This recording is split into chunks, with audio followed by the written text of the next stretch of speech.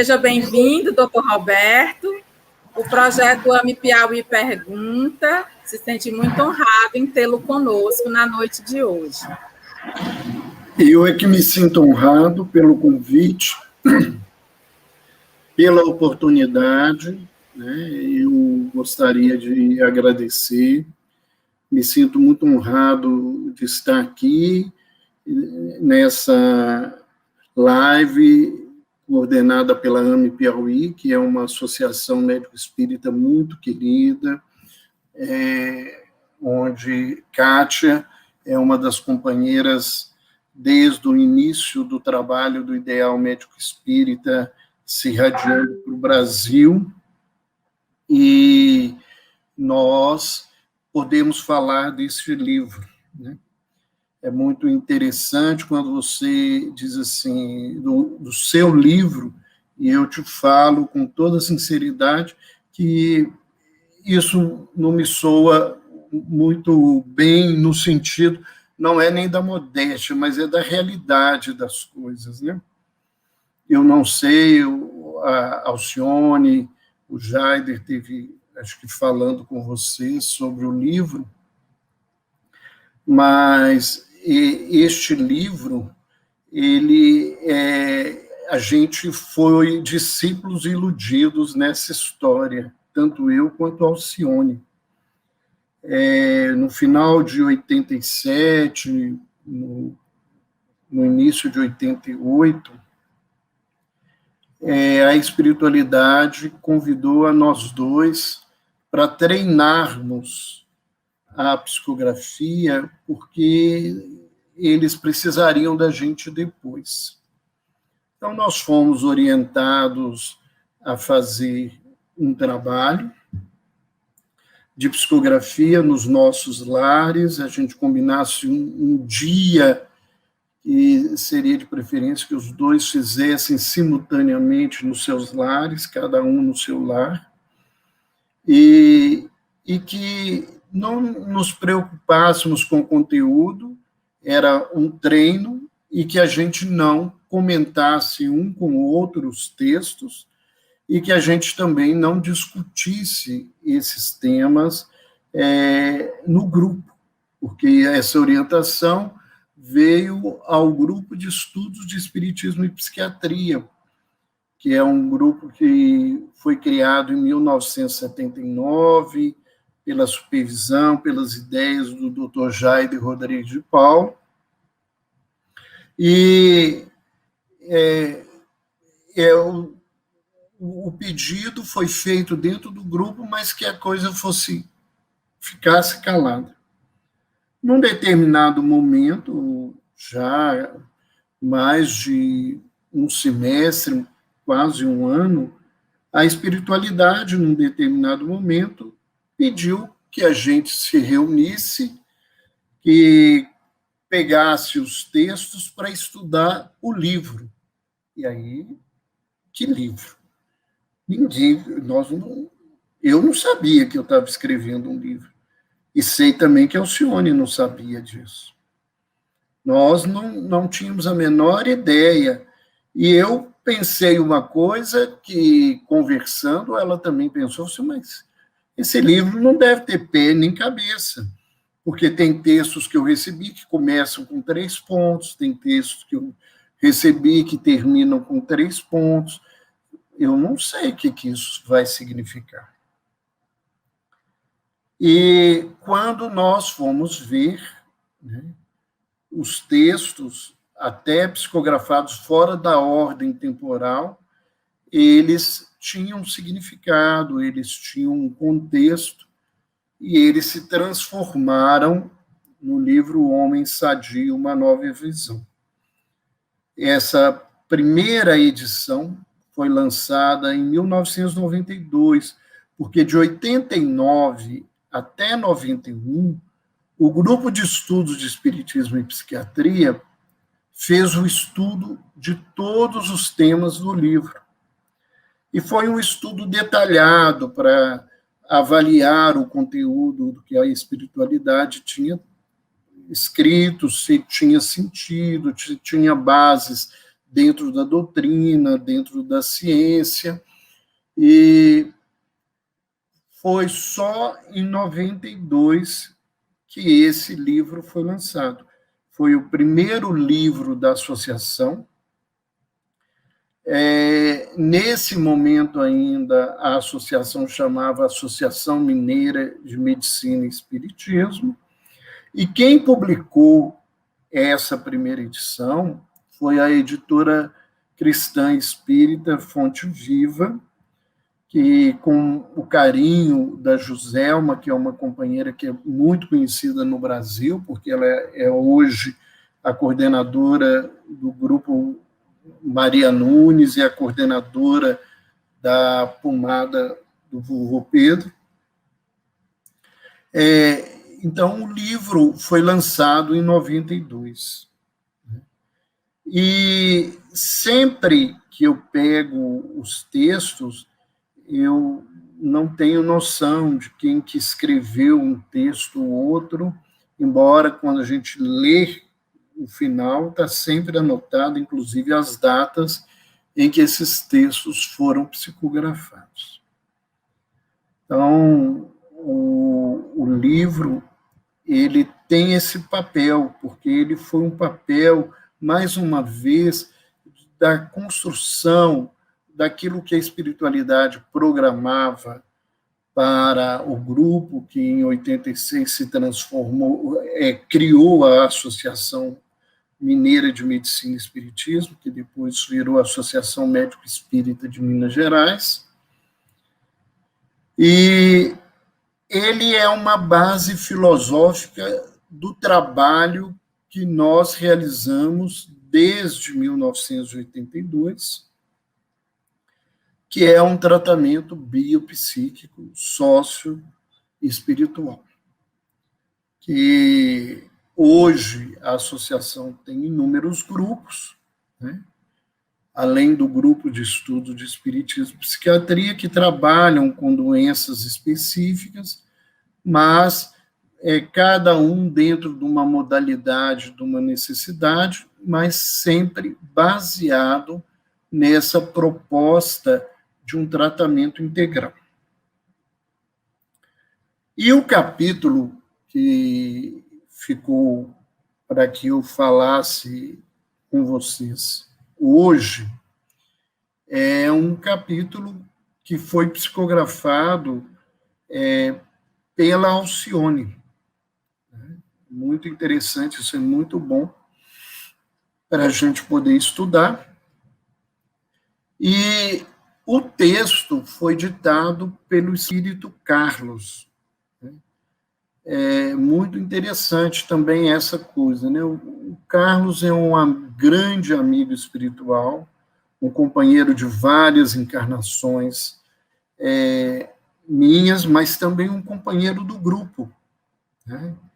Ele conta no livro Histórias da Vida nos Passos do Mestre, que ele adentrou espiritualmente para trabalhar na equipe do Hospital André Luiz um pouco antes de começar o trabalho do grupo que o Jaider foi criando. E ele hoje é um dos coordenadores das nossas atividades na associação e é um companheiro que tem particularmente me auxiliado a um aprendizado que a gratidão é eterna. O tema, ele é um tema sempre atual, que é a ilusão do discípulo. A nossa irmã Cacilda, ela começou citando algumas coisas que o Carlos coloca no início do capítulo. Então, ele fala, né, que a ilusão, às vezes, é usada como um mecanismo de defesa quando a criatura se sente muito fragilizada, mas ele vai levantar inúmeros aspectos negativos da questão da ilusão.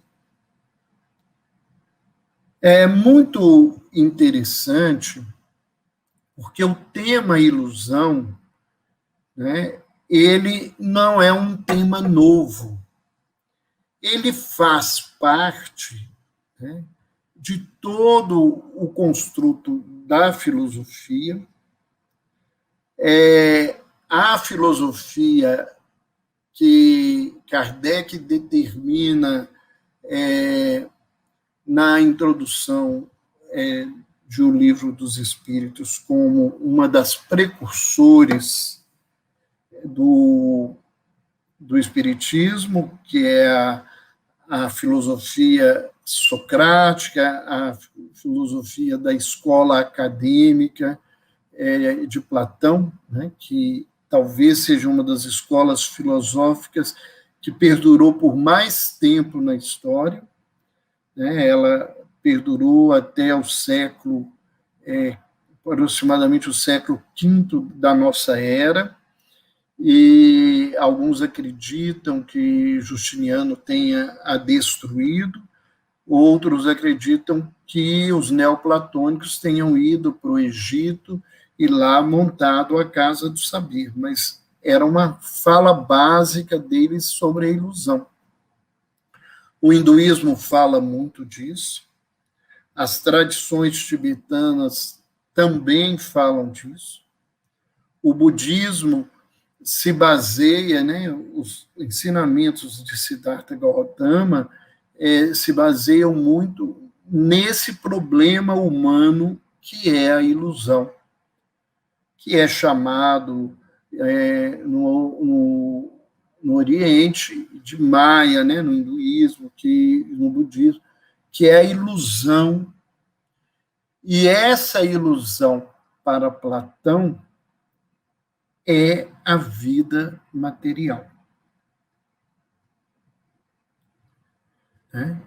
Então, quando nós falamos que a vida material é ilusão, para o mundo atual, isso é muito complicado, né?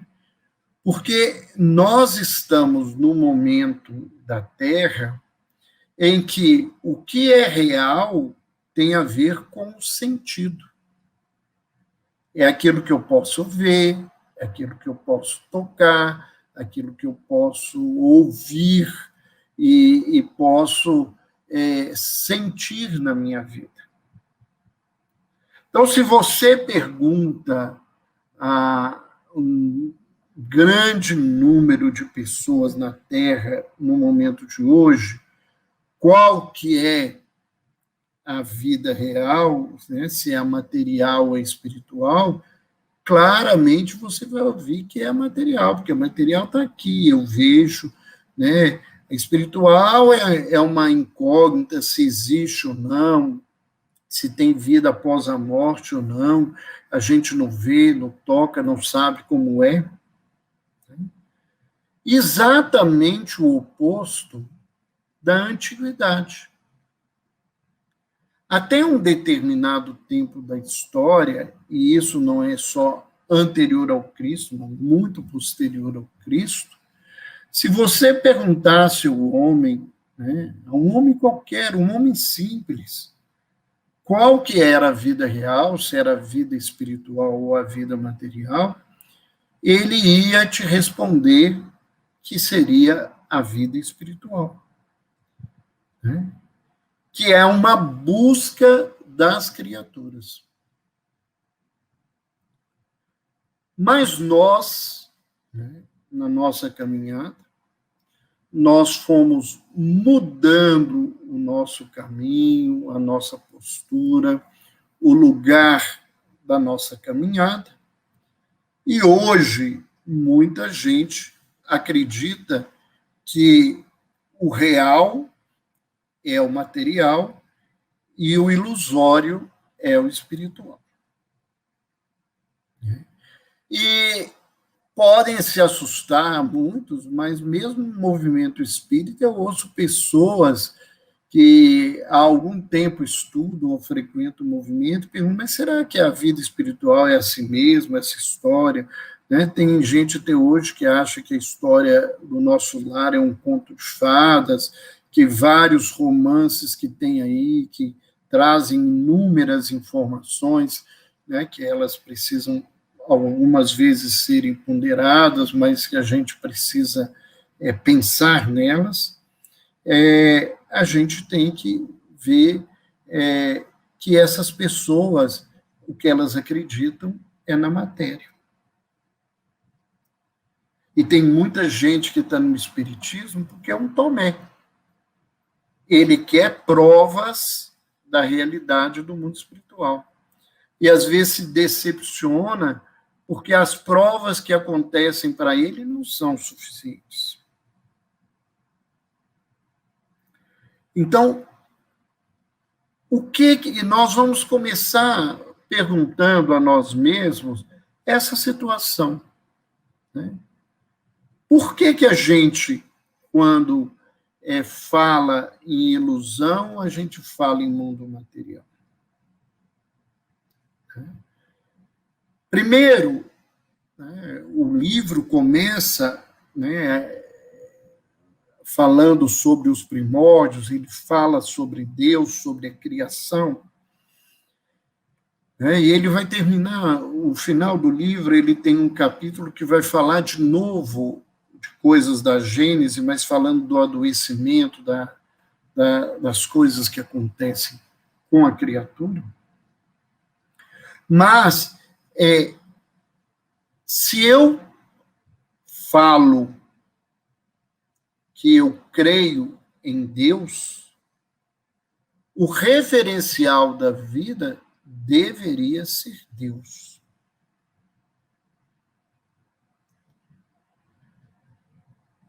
E Deus, né, o tempo de Deus, se a gente pode dizer isso, né, porque não sei se Deus tem tempo, né, e a gente é que faz essas leituras, é a eternidade. Então, tudo aquilo que o homem fala que é a realidade, que é o sentido, não é eterno. Né? Não é uma coisa que vai ser perene. Ela é transitória. Muita gente fala, o meu corpo não é seu. Ele pode ser tirado a qualquer momento. Meu pai, a minha mãe, a minha família, a minha casa, o meu país, o meu patrão, o meu empregado, nada disso é meu.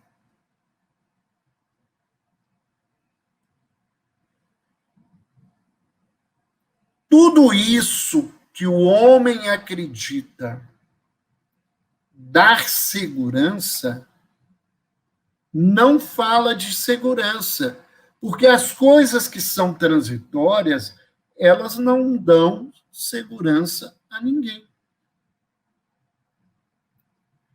Nós vivemos num mundo, né, onde a grande maioria das coisas tem uma transitoriedade, e às vezes uma transitoriedade hoje muito rápida.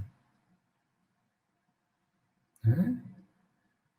Nesse contexto, nesse trabalho, a gente vai vendo, a gente vai entendendo, né, que o mundo material ele é totalmente transitório.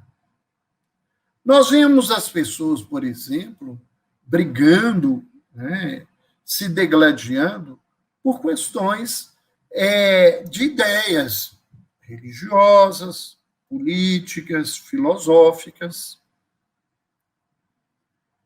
Essas ideias, na grande maioria delas, elas passaram, elas caminham. Quando, né, se coloca, por exemplo, no Evangelho de Jesus, né, que as palavras de Jesus são palavras de vida eterna, É porque o ensinamento de Jesus, que na sua realidade é o ensinamento do amor, ele é eterno. Porque as pessoas podem tirar de mim os objetos que eu amo, mas não o amor que eu tenho.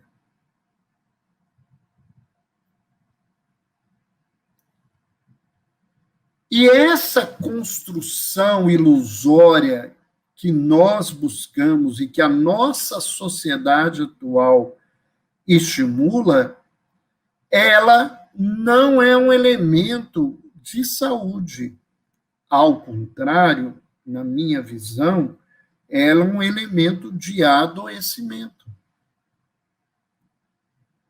Porque a transitoriedade dos valores terrenos cria em mim, né, o sentimento de que eu sou incompleto porque eu não tenho todas as coisas que a moda, que o momento me cobra.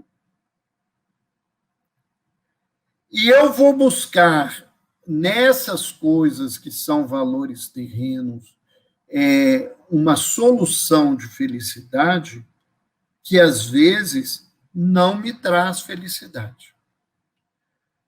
Sem nenhuma ocupação com o julgamento, né, porque eu estou aqui falando num lugar de profissional, num lugar de quem está refletindo, vou buscar um exemplo que nós vivemos muito claramente, todo mundo conheceu, que foi Michael Jackson.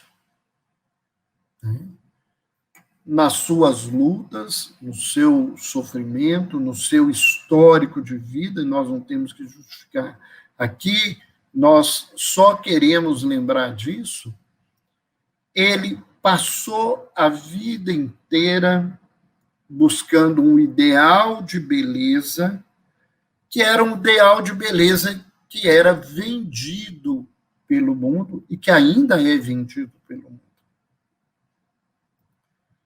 Né? Que era um ideal de uma pessoa que fosse branca, que tivesse os traços finos, né? E ele foi buscando isso, e na minha visão, e acho que é da maioria, aquele menino bonito e aquele rapaz muito bonito, né? Ele foi um negro muito bonito, ele foi se deformando, ele foi adoecendo cada vez mais, emocionalmente doente, né? E essa busca desenfreada causou-lhe uma dependência química, um quadro de dependência emocional grave e que levou ao desencarne numa situação bastante complexa. Por quê?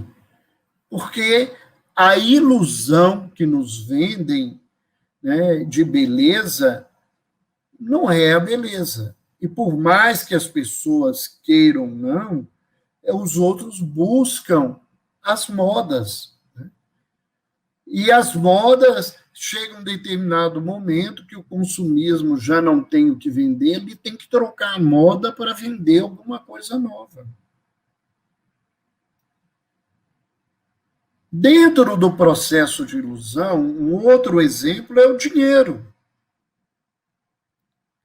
As pessoas buscam o dinheiro, né, como um elemento de felicidade e de liberdade. A hora que eu tiver dinheiro, eu tenho poder.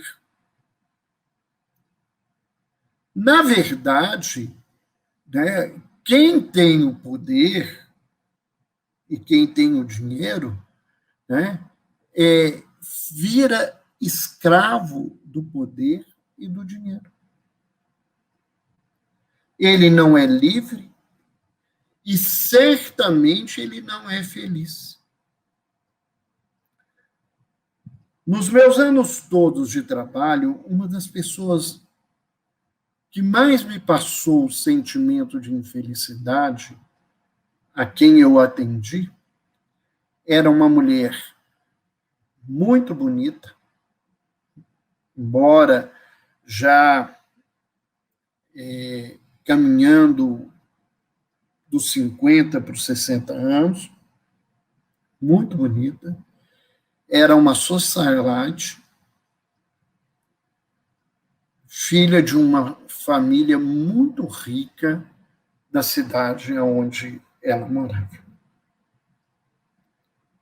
E apesar da beleza, de todo o jogo que se fazia em cima dela, ela entrava numa festa, os jornalistas, os colunistas focavam nela em qualquer lugar que ela tivesse, ela tinha todo esse contexto, né? Hoje ela seria uma blogueira, uma youtuber aí, fazendo aí um monte de seguidores.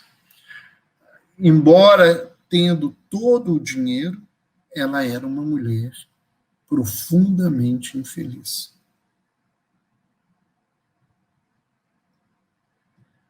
Então, quando Carlos fala da ilusão do discípulo, ele fala de todo esse processo que a gente convive com ele o tempo todo e que nós não cuidamos de avaliar sinceramente. E todos nós somos muito iludidos. Todas as vezes que eu lembro da questão da ilusão, eu lembro do livro Voltei. Porque naquele livro nós vamos ver, né, o personagem principal é uma figura eminentemente conhecida do movimento espírita, e ele tinha a ideia que, diante do trabalho que ele fazia e do conhecimento que ele tinha, que ao desencarnar, né, como uma expressão que se usa muito em Minas Gerais, do pessoal católico, ele ia desencarnar e ia furar o piso do céu e entrar direto ao lado de Deus. E ele se vê numa condição extremamente complicada ao desencarnar.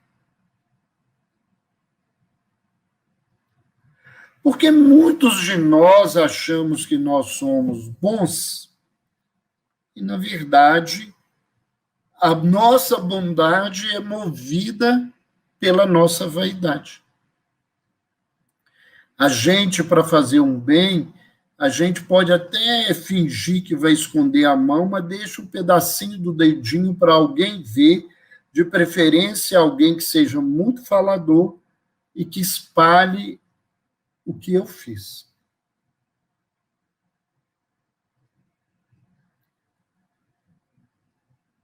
Muitos de nós assumimos trabalhos espirituais e acreditamos que estamos caminhando no nosso processo de evolução, e o que tem ali atrás é orgulho, é prepotência, muitas vezes é egoísmo, quando não é, infelizmente, hipocrisia, né? Porque tem muitos de nós no mundo que a gente não quer ser bom, a gente quer parecer que somos bons. E se o mundo achar que nós somos bons, está satisfeito, está muito bom. Enquanto eu estiver ganhando aplauso porque eu sou uma pessoa ótima, maravilhosa, isso vai ficar muito simples. Nós não temos dentro de nós, muitas vezes, a clareza de que quais são, né, as molas propulsoras de muita atitude que a gente faz. Né? Eu, quando falo de mediunidade, por exemplo, eu falo que as reuniões mediúnicas são um lugar para aprendizado. Né? Muita gente acha que é um lugar de trabalho, porque a gente é tão prepotente que a gente acha que cuida dos outros, que a gente ajuda e transforma as pessoas. As pessoas são só ajudadas e transformadas se elas aceitam essa transformação. Então, eu posso estar ali fazendo um movimento, mas necessariamente eu não sou o responsável por essa mudança. E eu digo, né, que se a gente dividisse os grupos mediúnicos em duas turmas, aqueles que orientam e dirigem e aqueles que são médiuns, a gente tem duas doenças muito graves nesses grupos. No grupo dos dirigentes, a turma do orgulho. No grupo dos médiuns, a turma dos vaidosos.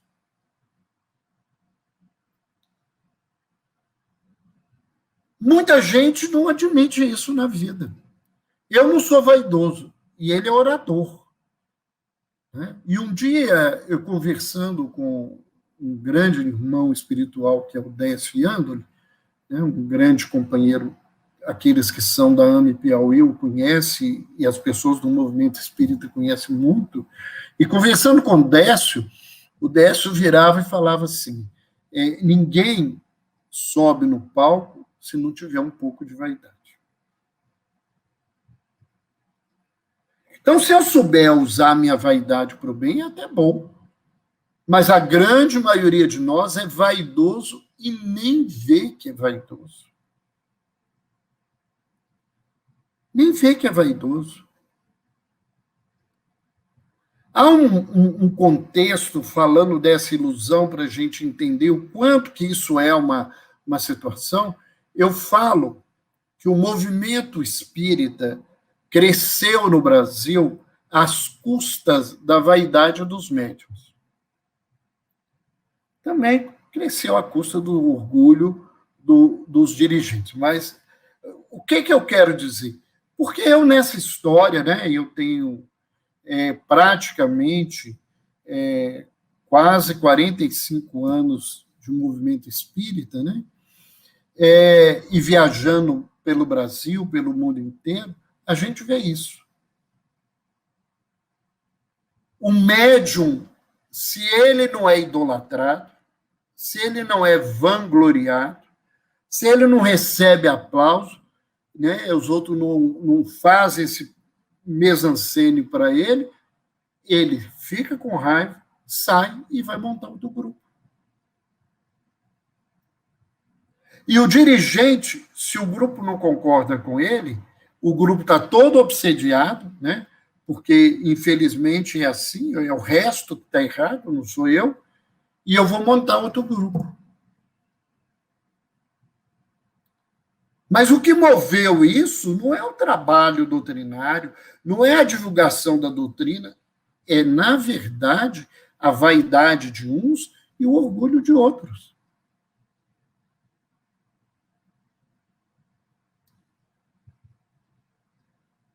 Então, nós vivemos num mundo de ilusão. E muito poucos de nós se permite fazer aquilo que é proposto na pergunta 915, Santo Agostinho comentando o ensinamento socrático, de todas as noites a gente se movimentar internamente para avaliar o que nós fizemos realmente, né, e o que nos move ao fazer essas coisas.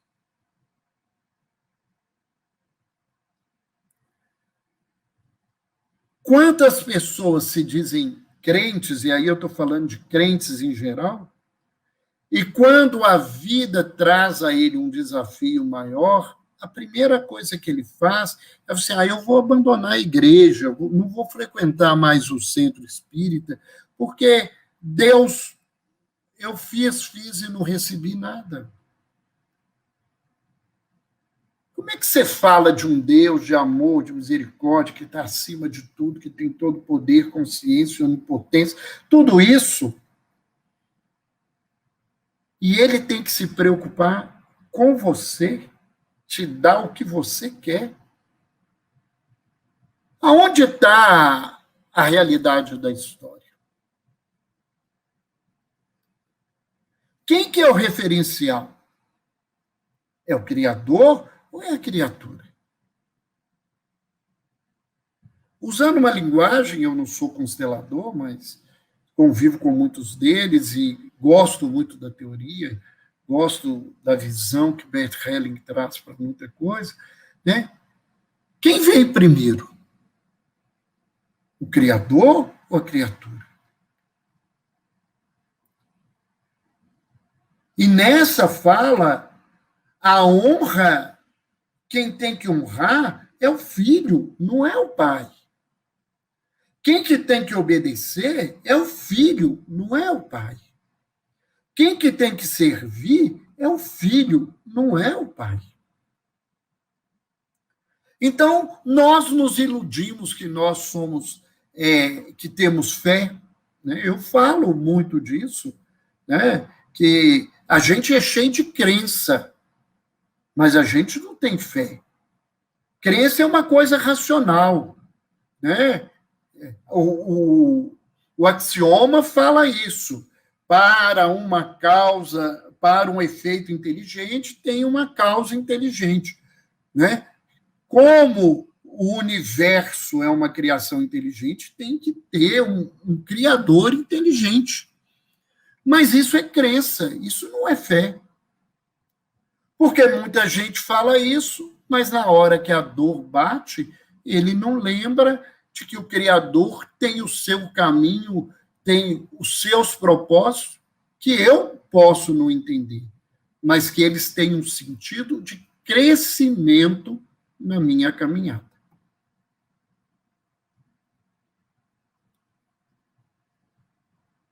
Então, isso é um processo de ilusão. Isso vai fazendo com que a gente fique no caminho durante muito tempo, e neste caminho, eu acho, né, que eu sou a macaca da balachita, e eu não sou nem o papel aonde está a foto da macaca.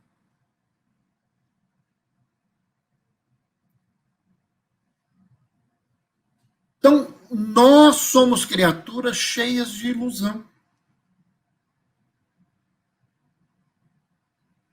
Nós não conseguimos parar para pensar, e isso não é para a gente desistir, ao contrário, é para crescer. A gente tem que entender isso para crescer. Somos homens que caminhamos nessa ilusão, que é uma ilusão, é a ilusão do amor, né? Que é essa ilusão da paixão. Você encontra com um jovem, uma jovem, e pergunta a ela como é que está. Eu estou muito feliz. Feliz eu encontrei a minha alma gêmea. Encontrei a pessoa maravilhosa, encontrei a pessoa ideal para a minha vida. Olha, ela gosta de falar, ela é muito social, gosta de festa, gosta de gente, ela é diferente de mim, então ela me completa. Algumas semanas depois, alguns meses depois, você encontra com ela de novo. Oh, como é que tá? Como é que tá sua alma gêmea? Acabou. Nem nada. Mas acabou? A gente não tinha jeito de dar certo.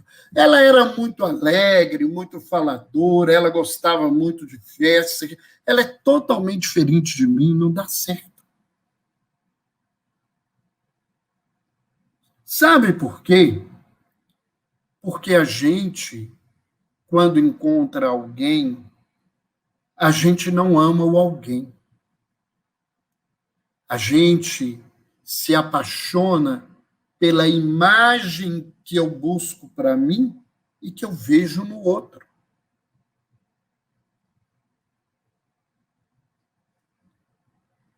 Então, essa imagem,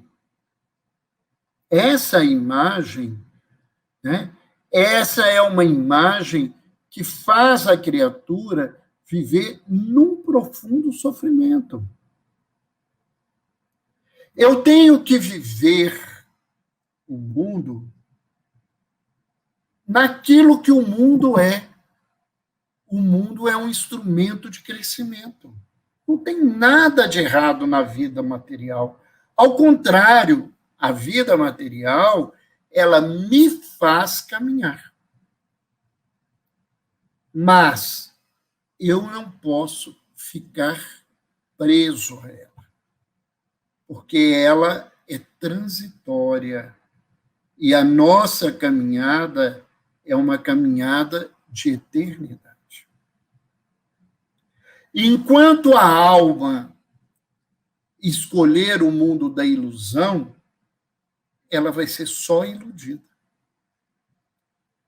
Quando eu entender que aquilo que me foi emprestado é uma bênção para a minha caminhada, mas não é meu, e que eu devo cuidar disso, muito bem cuidado, porque não sendo meu e me foi emprestado, merece de mim o respeito, o cuidado, a dedicação nesse contexto.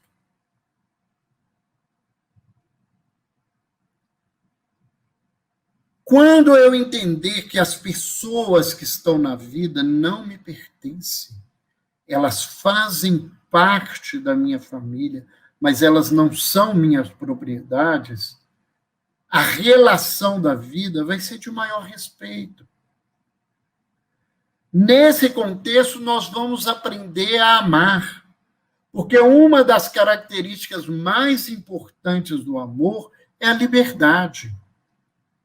Quem ama não quer que o objeto do seu amor se confine à sua vida pelo seu desejo, mas que ela se expanda. E a felicidade dela é que o objeto amado se sinta feliz aonde estiver e como estiver caminhando. E mesmo que esse caminho do outro seja de engano, só ele pode quebrar essa visão de ilusão que ele tem na vida. As posturas fanáticas do mundo, em qualquer contexto, né, das ideias no mundo, elas são ideias onde as pessoas ficam presas a uma determinada visão, dão a ela uma leitura de verdade e, nesse contexto, não há crescimento, não há possibilidade de respeito, não há entendimento da diferença do outro e da possibilidade do outro na diferença crescer.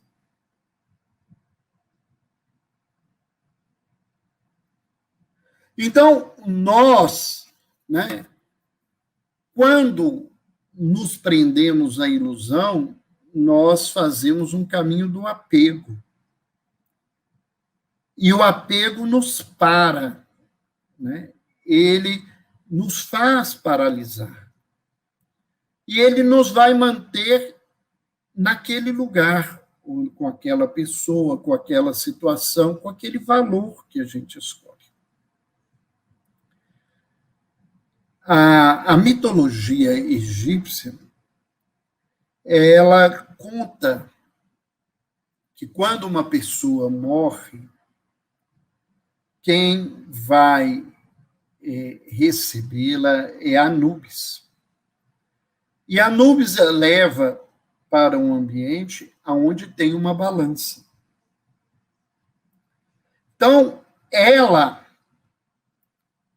né, é colocada ali diante e ela vai colocar o coração dela num dos pratos da balança.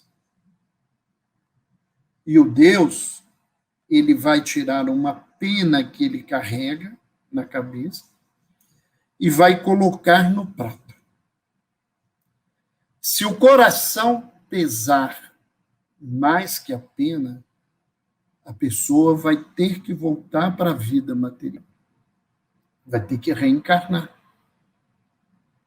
Se o coração for mais leve que a pena, ela vai ser encaminhada para outros páramos do processo de evolução diante do mito egípcio. O que significa isso? Porque um coração, para ser mais leve do que uma pena, né?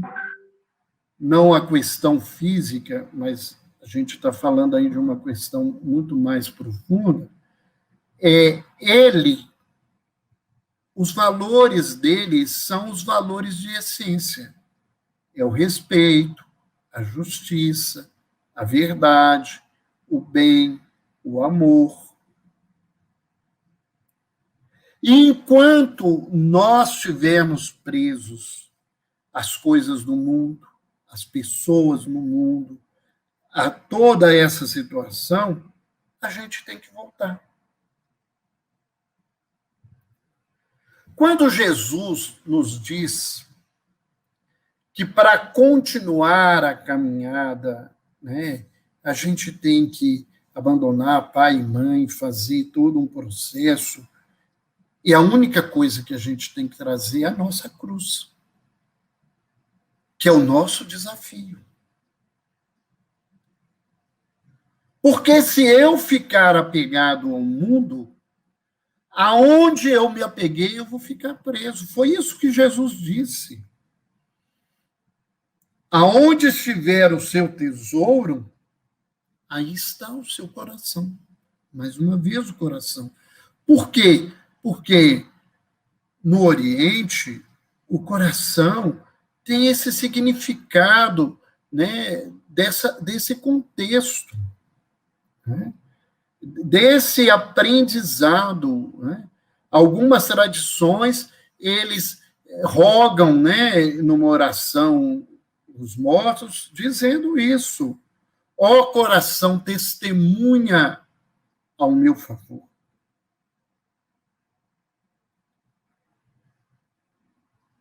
Então, o contexto todo, o aprendizado todo é esse, né?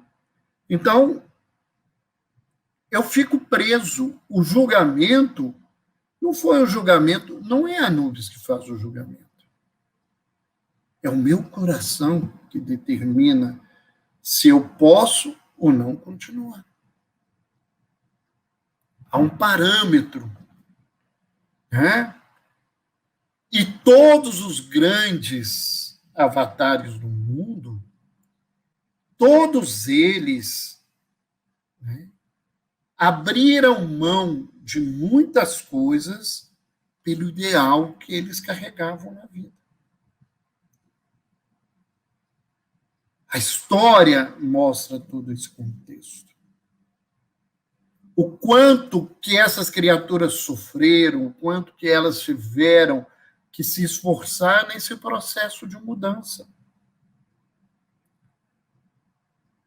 Então, nós precisamos entender, né, e escolher, diante disso tudo que o Carlos fala, né, e o livro O Homem Sadio, ele caminha nesse sentido, porque quando a gente fala de um homem sadio numa associação médico-espírita, o pessoal acha que nós vamos estar lá descrevendo descrições anatômicas, fisiológicas de um homem que fisicamente é sadio.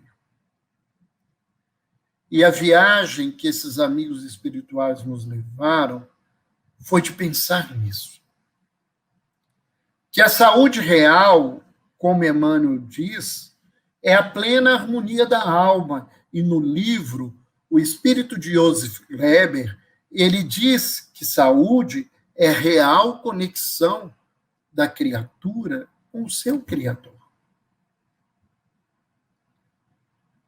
Então, eu só vou ser sadio quando eu estiver em consonância com a lei. E enquanto eu achar e ficar tentando, porque a gente faz isso, nós somos extremamente ardilosos. Não, eu não sou apegado a nada. Eu brinco, muita gente já me ouviu falando isso em palestra, e eu, quando li a primeira vez o texto do mito do Anubis, eu fiquei pensando assim, meu coração vai pulsar a coisa, porque eu falo, brinco, se eu desencarnar e no mundo espiritual não tiver leite condensado, eu volto para cá correndo, porque lá é muito pior do que aqui. Aonde que o meu coração está preso? É uma ilusão. É uma leitura ilusória da minha vida, e eu não encontro felicidade lá, ao contrário, as latas de leite condensado da vida engordaram, e hoje, para perder peso, é uma luta. Como diz meu filho, também tinha que ser, gastou tantos anos para construir a barriga, para tirar a barriga, gasta também um tempo grande. Então, nós temos que pensar nisso. Nós temos que reavaliar a nossa caminhada. Nós temos que repensar aonde nós estamos. Porque ainda hoje nós nos preocupamos com o que nós vamos comer e com o que nós vamos vestir. Aproveitando uma linguagem bem crítica. E Jesus fala claramente que as aves, elas não semeiam e não colhem, e elas recebem o alimento que elas precisam. Ele diz claramente que Salomão, nem na sua majestade, vestindo as coisas tecidas a ouro, com os panos mais ricos, nunca teve a beleza da tessitura do lírio.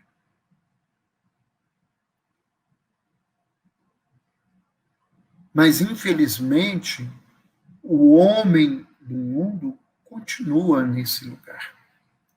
E nós somos os homens do mundo. E se a gente quer ser sadio, a gente tem que mudar. A gente tem que fazer um movimento de mudança. Não é fácil. O Amir Klink, esse navegador brasileiro, num livro, ele tem um texto muito lindo entre Paraty, entre os dois polos, e ele fala assim, um dia a gente tem que desembarcar dos sonhos e tomar uma atitude. As escolhas são nossas. Um dia a gente vai ter que desembarcar dos sonhos e tomar uma atitude. A grande maioria de nós toma atitude depois que traz Jesus por dinheiro e suicida. A maioria de nós toma atitude depois de negar o Cristo 3 vezes e ter que chorar a dor. A maioria de nós toma atitude depois de ter matado tanta gente em nome do Cristo e cair do cavalo e ser amparado por esse Cristo ao qual a gente odeia. E Paulo nos diz, ele diz, falando a Timóteo, não venha no inverno. Que a gente tenha muito cuidado, para que a gente não tenha que cair das nossas ilusões nos momentos mais difíceis e nas crises mais duras. Ali, a energia, a força e a capacidade já não são as mesmas.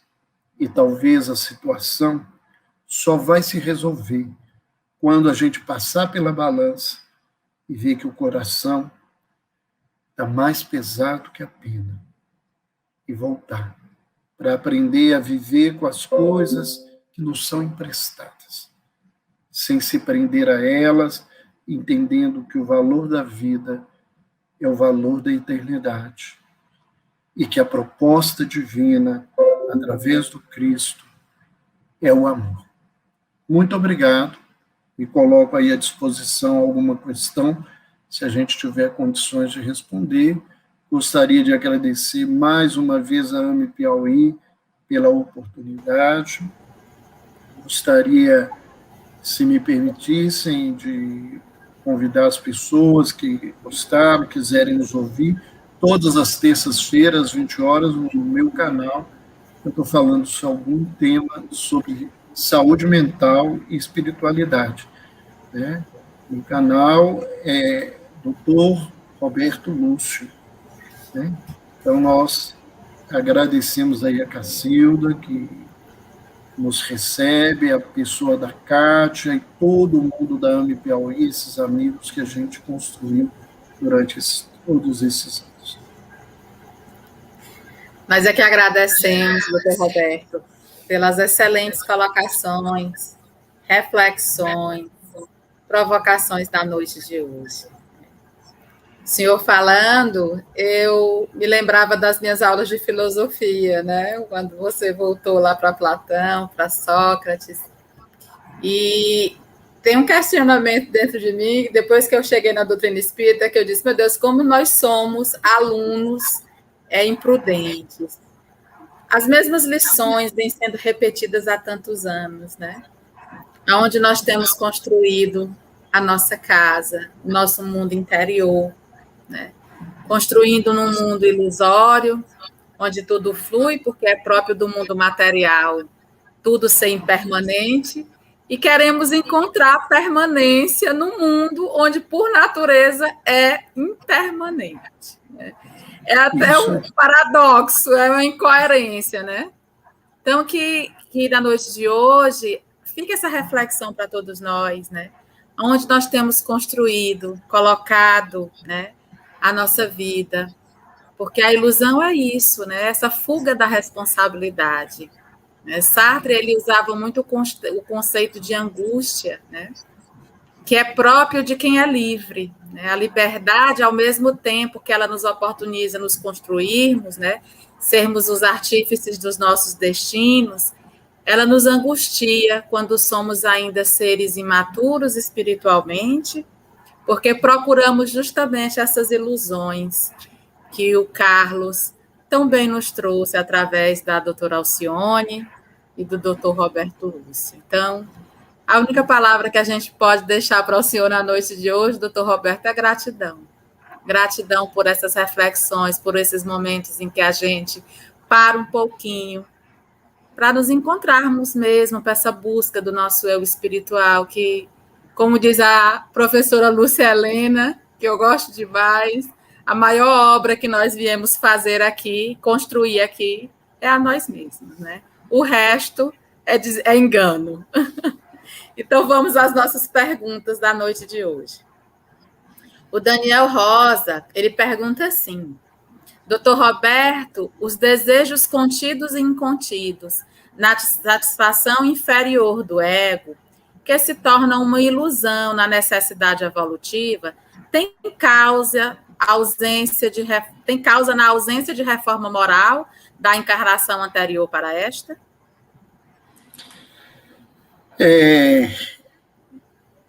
O desejo é um instrumento de crescimento, né? Porque a gente tem que aprender a fazer a leitura como uma leitura do correto, né? Então, é claro que se nós só vivemos do desejo material, isso fala da nossa imaturidade, e essa imaturidade não é de agora, né? É uma imaturidade onde nós não crescemos, né? A gente não muda de um momento para outro. A gente precisa apanhar muito da vida, né? A dor é esse instrumento que bate na porta, você acorda preguiçoso, vamos caminhar. E a gente fica nesse lugar. Mas, né, o grande problema não se é ter desejos. O grande problema é não ter noção que isso é um desejo e ter noção que existem coisas além dos objetos nossos de desejo e que nós vamos ter que aprender a fazer essas escolhas. É esse o problema, né? O problema não é o objeto do meu desejo, né? O problema é o que eu faço para o meu objeto de desejo, e não o que o objeto de desejo faz para mim.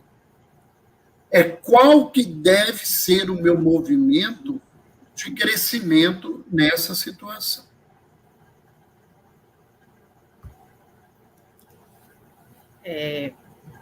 O Moura, da Casa Espírita Vida Espírita, ele assim nos pergunta: em um mundo onde se vendem ilusões e fantasias, como fazer para não se aprisionar, em vez disso, usar como alimento para esperanças? Olha, a primeira coisa que a gente tem que ter é discernimento, né?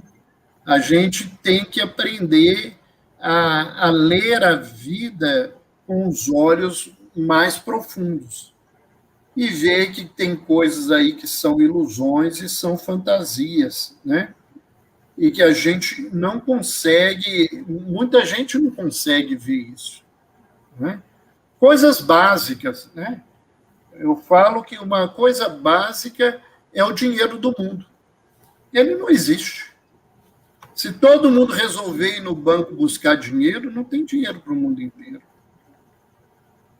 E a gente fica brigando por uma coisa que nem existe,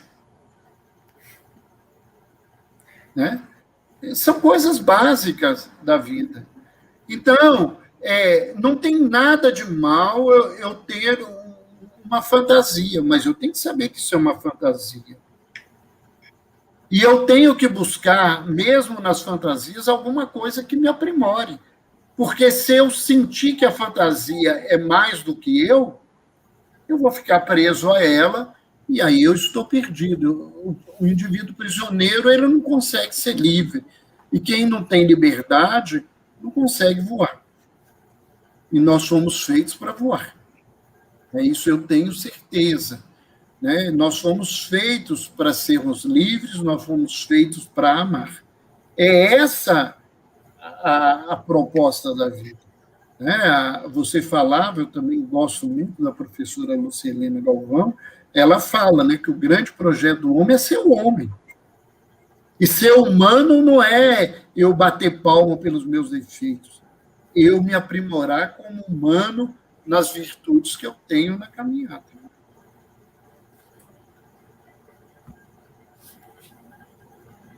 A Isis, ela pergunta: a ilusão, quando negativa, prejudica a fé?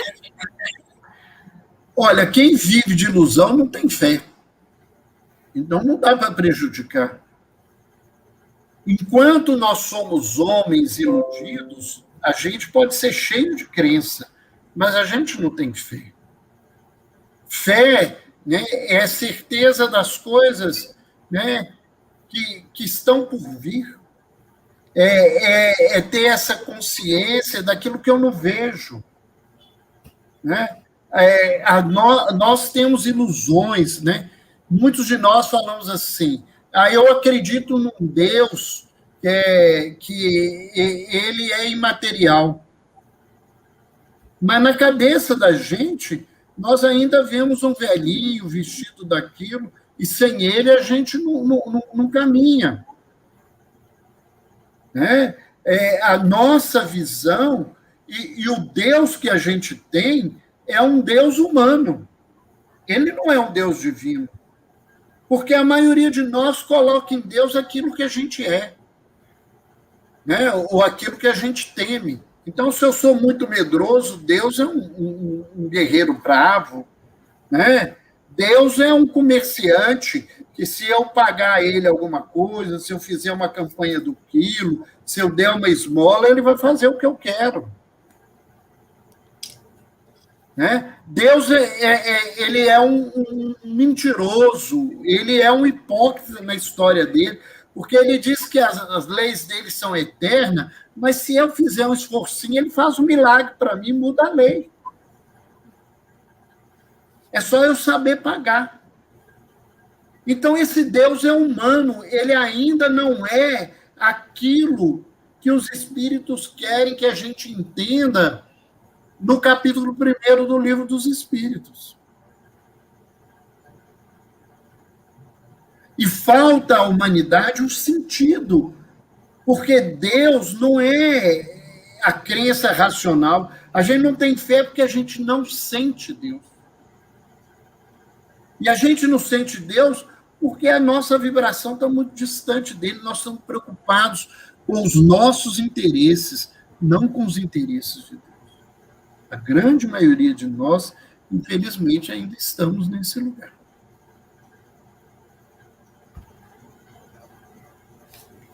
O Moura, ele pergunta assim: mesmo sabendo dos reencontros das reencarnações, um relacionamento onde um dos cônjuges possua 60 a 70 anos e o outro 25 e 30, seria ilusões do ego, da vaidade?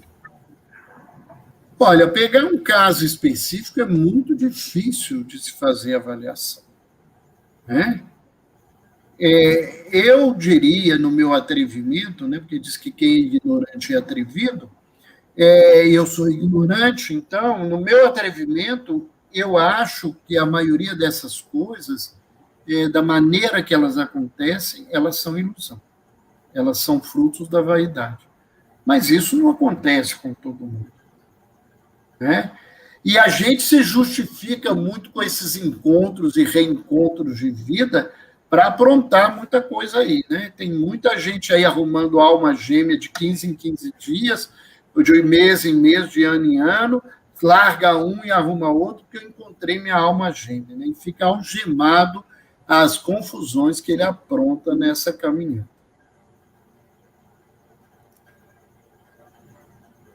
E aí, doutor Roberto, eu mesma pergunto, né, para o senhor. Fui eu que fiz essa pergunta. Como conciliar a vida material, onde tudo é impermanente, porque é próprio do mundo material ser assim, com a vida do espírito, sem nos desequilibrarmos? Como acharmos essa justa medida, né, esse justo meio aí entre os extremos? A gente pode viver com equilíbrio no mundo cheio de apelos, né? E mesmo assim, como fazer para a gente não se afastar tanto daqui e viver uma vida espiritual que me espera? Né? Essa era a pergunta. A gente começa com a ilusão do restinho da sua pergunta. Quem está no mundo impermanente não vai ter uma vida espiritual sem desequilíbrio. Né? Essa situação talvez seja ímpar dos cristos, né? Daqueles que, segundo a fala de Emmanuel, são responsáveis pelos orbes e pelas construções dos orbes no universo. Quando eles veem a esses orbes, eles têm uma posição diferente. Mas a grande maioria de nós, se a gente está aqui na Terra, é sinal que a gente está em desequilíbrio.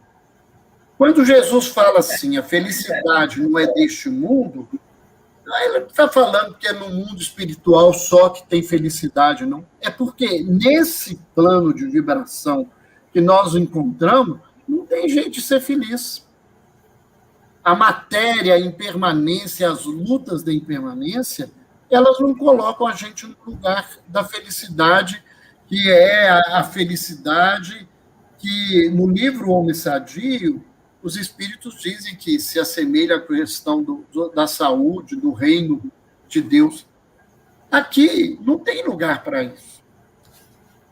Né? Nesse mundinho nosso, a gente pode se aprimorar, pode criar desapegos, pode aprender a ver melhor, a ter olhos de ver, mas nós ainda vamos enfrentar as nossas limitações, e muitas vezes algumas limitações não vêm a essa encarnação, porque a gente ainda não está nem preparado para enfrentá-las. Verdade. Senão não estaríamos encarnados num planeta de provas e expiações, se a nossa vibração não fosse compatível. Isso. Então, temos outras perguntas aqui, doutor Roberto. Nesse momento em que estamos vivendo nessa pandemia, será que estamos remando contra a maré? Todos contra todos, já que as pessoas parecem que não estão nem aí para a pandemia? Mais uma vez, o mundo está iludido, né? Iludido por quê? Porque, em vez da gente fazer a grande pergunta, a gente resolveu fazer os nossos interesses. Porque a grande pergunta é: o que Deus quer que a gente aprenda com uma pandemia? Isso é que a gente deveria se perguntar. E essa resposta não está no mundo, está no seu coração. Porque a verdade, ela é abraçada individualmente. Ela não é uma coisa coletiva. Quando o homem começa a discutir as coisas coletivas, ele está falando das interpretações. Né? Ele não está falando do sentir a verdade. Então, para que nós fomos colocados num momento, né, onde um bichinho tão pequeno fez tanta bagunça no mundo, onde nós fomos convidados a nos isolar, aonde nós fomos convidados a colocar máscara, aonde fomos convidados a mudar a nossa vida? Será que nós mudamos o que nós deveríamos ter mudado realmente? Ou cada um de nós resolveu ficar defendendo a sua ideia, porque é isso que a gente gosta de fazer? Em vez de cuidar do nosso nariz, a gente fica olhando os defeitos dos narizes dos outros, e aí a vida fica difícil, fica complicada. Outra pessoa nos pergunta assim: doutor Roberto, tenho a ilusão que um espírito me toma toda noite e revela as profecias que vão acontecer. É ilusão da minha mente? Não sei responder. Né? Isso é uma coisa difícil de responder. Mas se alguém está me dando profecia todo dia e a humanidade não ganha profecia todos os dias, a gente tem que pensar: será que eu sou tão especial assim? Verdade. Essa pergunta é interessante, doutor Roberto. Como posso diferenciar o que é ilusão do que é real, já que a vida é uma ilusão? O que é real é eterno. Ele sobrevive a qualquer coisa. O que é ilusão é transitório. Ele não resiste ao crivo da verdade. Isso. Os valores, as verdadeiras, as essências, né? Elas são eternas. É o que nós temos de eterno dentro de nós, né? Tenho a impressão que a ilusão é um sonho inacabado de uma pessoa que tenta se enganar constantemente para ludibriar a vida. O que o senhor me diz se eu sou será que sou uma pessoa assim? Não sei. É uma pergunta que a pessoa que tem que responder. Será que eu vivo de sonhos inacabados, onde eu prefiro viver a ilusão do que a realidade? E tem gente que prefere ficar nesse lugar, né? A grande maioria de nós ainda prefere, né, uma mentira vestida de verdade do que uma verdade nua e crua. Essa saída da zona de conforto é difícil. Sim. Sou médium, mas tenho dificuldade de acreditar que tudo que falo provém de uma invenção da minha mente. Será que sou doente? Não entendi a pergunta. Ela foi tá mal formulada, mas ela quis perguntar assim, né? Que ela é médium, mas ela não sabe se tudo que ela fala vem dela ou da espiritualidade. E às vezes ela acha que as coisas que ela ouve pode ser algum desequilíbrio mental. Tudo isso é possível. E uma resposta dessa é um caminho de vida, né? Talvez um grande aprendizado que o médium e aqueles que trabalham com o médium precisam fazer. Toda mediunidade tem o que é meu, o que é do espírito, e como eu tenho desequilíbrio, os meus desequilíbrios participam da mediunidade. É isso. O componente anímico, ele, por ser anímico, ele não é algo a ser considerado, né? Inclusive, a doutora Marlene Nobre, né? No livro dela tem um capítulo que ela fala só sobre animismo, né? E animismo não significa coisa ruim. Animismo significa que vem da alma. O animismo do Cristo é a irradiação da lei de verdade e amor. Como seguir o Cristo se o mundo me ensina que posso deixar para amanhã? Quero aproveitar o hoje. Sou muito jovem e acho que a espiritualidade já é para quem já está com o pé na cova. Só que a gente não sabe que hora que a gente vai no pé na cova, né? Eu já pensei em muita gente que ia para o pé na cova e muita gente que não ia para o pé na cova foi antes do que eles. Então, isso também é uma ilusão. Eu não sou jovem, eu sou um espírito com pouco tempo de reencarnação e eu posso deixar para amanhã. Mas amanhã pode ser inverno, amanhã pode ser miséria, pode ser fome, deserto. E como é que eu vou fazer no momento que eu precisar dar esse testemunho? E como espíritos imortais, a gente precisa, né, assumirmos essa responsabilidade, né, de nos construirmos. Nosso grande problema é porque, eu digo muito, a gente quer ser evoluído, a gente não quer evoluir. Né? É como se a gente quisesse uma fórmula mágica, né, para atingir a angelitude como num passe de mágica. E esse trabalho de burilamento é trabalho, né?